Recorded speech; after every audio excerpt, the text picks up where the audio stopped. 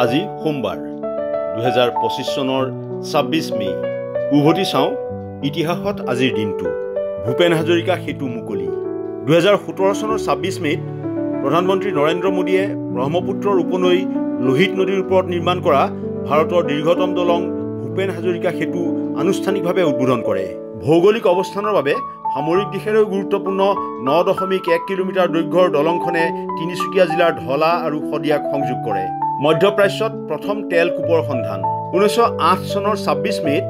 ইৰাণৰ মাছজেদ চলেমানত মধ্যপ্ৰাচ্যৰ প্ৰথমটো বৃহৎ বাণিজ্যিক তেল কূপৰ সন্ধান পোৱা গৈছিল এই আৱিষ্কাৰৰ পিছত হোৱা তেল অন্বেষণ আৰু নিষ্কাশনৰ উত্থানে অঞ্চলটোৰ অৰ্থনীতি আৰু ৰাজনৈতিক পৰিৱেশৰ যুগান্তকাৰী পৰিৱৰ্তন সাধন কৰে ৰাছিয়া আমেৰিকাৰ এন্টি বেলিষ্টিক মিছাইল চুক্তি 1972 চনৰ 26 মেত মাৰ্কিন ৰাষ্ট্ৰপতি ৰিচাৰ্ড নিক্সন আৰু সোভিয়েট নেতা লিঅ'নিড ব্ৰেজনেভে মস্কোত এন্টি বেলিষ্টিক মিছাইল চুক্তিত স্বাক্ষৰ কৰে 2002 চনত আমেৰিকাই বেলিষ্টিক ক্ষেপণাস্ত্ৰ আক্ৰমণৰ বিৰুদ্ধে কৌশলগত অস্ত্ৰ সীমাবদ্ধতাৰ এই চুক্তি প্ৰত্যাহাৰ কৰে ৰাহুল দ্ৰাবিড় আৰু সৌৰভ গাংগুলীৰ অভিলেখ 1999 চনৰ 26 মেত বিশ্বকাপ ক্ৰিকেট প্ৰতিযোগিতাত ইংলেণ্ডৰ টাউনটত শ্ৰীলংকাৰ বিৰুদ্ধে ভাৰতৰ ৰাহুল দ্ৰাবিড় আৰু সৌৰভ গাংগুলীয়ে 318 ৰান সংগ্ৰহ কৰি সেই সময়ত এদিনীয়া ক্ৰিকেটৰ দ্বিতীয় উইকেটত সৰ্বোচ্চ ৰানৰ অভিলেখ স্থাপন কৰে এয়া আছিল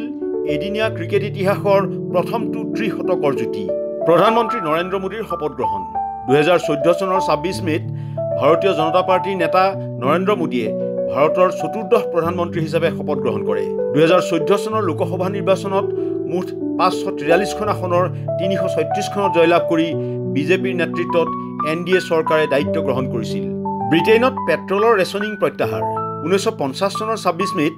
ব্ৰিটেইনত পেট্ৰলৰ ৰেচনিং বন্ধ কৰা হয় ইয়াৰ পূৰ্বে ব্ৰিটেইনত পেট্ৰল ক্ৰয় কৰিবলৈ ৰেচন কাৰ্ডৰ প্ৰচলন আছিল 1939 চনৰ পৰা চলি অহা এই নিয়ন্ত্ৰণ ব্যৱস্থা প্ৰত্যাহাৰৰ ফলত মানুহে মুক্তভাৱে পেট্ৰল ক্ৰয় আৰু ব্যৱহাৰৰ অধিকাৰ লাভ কৰে চিম্পাঞ্জিৰ পৰা সংক্ৰমণ এইচ ভাইৰাছ 2006 চনৰ 26 মেত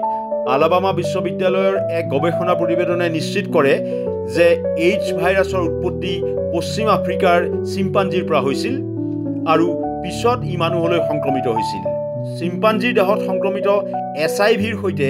মানুহৰ এইচ ৰোগ সৃষ্টি কৰা এইচআইভিৰ ওতঃপ্ৰোত সম্পৰ্ক আছে ইটালীৰ ৰজা হিচাপে নাপোলিয়নৰ অভিষেক 1805 চনৰ 26 মেত মিলান কেথেড্ৰেলত ফ্ৰান্সৰ সম্ৰাট নাপোলিয়ন বোনাপাৰ্টক ইটালীৰ ৰজা হিচাপে অভিষিক্ত কৰা হয় তেওঁ ইটালীৰ ৰাজ প্ৰতীক লম্বাৰ্ডিৰ লোহাৰ মুকুট পৰিধান কৰে মেক 2 অতিক্ৰম কৰা প্ৰথম বাণিজ্যিক বিমান 1970 চনৰ 26 মেত টুপ্লেভ 2144 শব্দৰ গতিতকৈ দুগুণ মেক 2 অতিক্ৰম কৰা প্ৰথমখন বাণিজ্যিক বিমান হিচাপে পৰিগণিত হয় টুপ্লেভ 2144 এই কৃতিত্ব অৰ্জন কৰা বাণিজ্যিক সেৱাৰ প্ৰথম বিমান হিচাপে স্বীকৃত হয় ডাও জোন্স ইণ্ডাষ্ট্ৰিয়েল এভাৰেজ প্ৰকাশ 1896 চনৰ 26 মেত ৱাল ষ্ট্ৰীট জাৰ্নেলত প্ৰথম প্ৰকাশ পাইছিল বহুলভাৱে ব্যৱহৃত ষ্টক মাৰ্কেট সূচকাংক Dow Jones Industrial Average Charles Dow আৰু এডৱাৰ্ড জনে সৃষ্টি কৰা এই সূচকাংকটো আছিল 12টা আগশাৰীৰ ঔদ্যোগিক ষ্টকৰ মূল্যৰ সৰল গড় ডিজিআইৰ প্ৰথম প্ৰকাশিত মূল্য আছিল 40.94 বন্ধ হ'ল ফৰ্ডৰ বিখ্যাত টি মডেলৰ গাড়ী 1927 চনৰ 26 মেত বিখ্যাত অটোমোবাইল কোম্পানী ফৰ্ডৰ জনপ্ৰিয় টি মডেলৰ গাড়ীৰ উৎপাদন বন্ধ কৰা হয় 1908 চনত উৎপাদন আৰম্ভ কৰা 15 বিলিয়নতকৈ অধিক সংখ্যক প্ৰচলিত টি মডেলৰ গাড়ীখনৰ লগে লগে এটা যুগৰ অন্ত পৰে ইছৰোৰ 3টাকৈ উপগ্ৰহ উৎক্ষেপণ 1999 চনৰ 26 মেত ভাৰতীয় মহাকাশ গৱেষণা সংস্থাই মহাকাশলৈ 3টা উপগ্ৰহ সফলতাৰে উৎক্ষেপণ কৰি উল্লেখযোগ্য কৃতিত্ব অৰ্জন কৰে এই সফলতা মহাকাশ প্ৰযুক্তিৰ ক্ষেত্ৰত ভাৰতৰ ক্ৰমবৰ্ধমান দক্ষতা আৰু বৈজ্ঞানিক উন্নতিৰ নিদৰ্শন হিচাপে চিহ্নিত হয় ভেম্পায়াৰ উপন্যাস ড্ৰেকুলাৰ প্ৰকাশ 1897 চনৰ 26 মেত আইৰিছ লেখক ব্ৰেম ষ্টোকাৰৰ ক্লাছিক ভেম্পায়াৰ উপন্যাস ড্ৰেকুলা প্ৰথম প্ৰকাশ পায় লণ্ডনৰ আৰ্চিবাল্ড কনষ্টেবল এণ্ড কোম্পানীয়ে প্ৰকাশ কৰা ট্ৰেন্সিলভেনিয়াৰ এজন ভেম্পায়াৰক কেন্দ্ৰ কৰি ৰচিত এই কিতাপখন এক উল্লেখনীয় সাংস্কৃতিক পৰিঘটনাত পৰিণত হয় এপ'ল 10ৰ সফল প্ৰত্যাৱৰ্তন 1969 চনৰ 26 মেত নাছাৰ অপ্ৰচাৰিত গুৰুত্বপূৰ্ণ অভিযান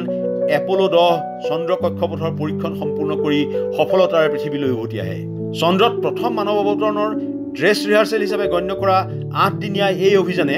চন্দ্ৰত অৱতৰণৰ সম্ভাৱ্য সকলো দিশ পুংখানুপুংখ পৰীক্ষা সম্পন্ন কৰিছিল ইনফৰমেশ্যন ডেস্ক দেশ টুডে